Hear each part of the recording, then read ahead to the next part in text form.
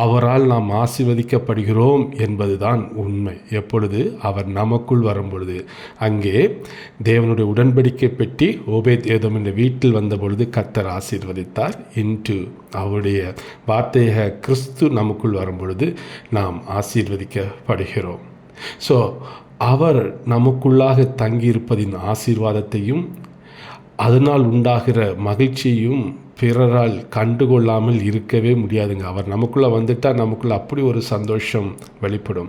அதனால தான் வசனம் சொல்கிறது, உம்முடைய வேதமே என் மன மகிழ்ச்சி. அவருடைய வசனங்கள் நமக்குள்ளே இருக்க இருக்க, அவர் நமக்குள் வாசம் செய்ய செய்ய அந்த மன மகிழ்ச்சி அது வெளிப்படும்.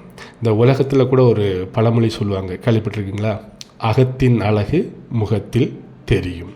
ஆம், நம் ஆண்டவர் வாசம் செய்வது நம்முடைய அகத்தில்.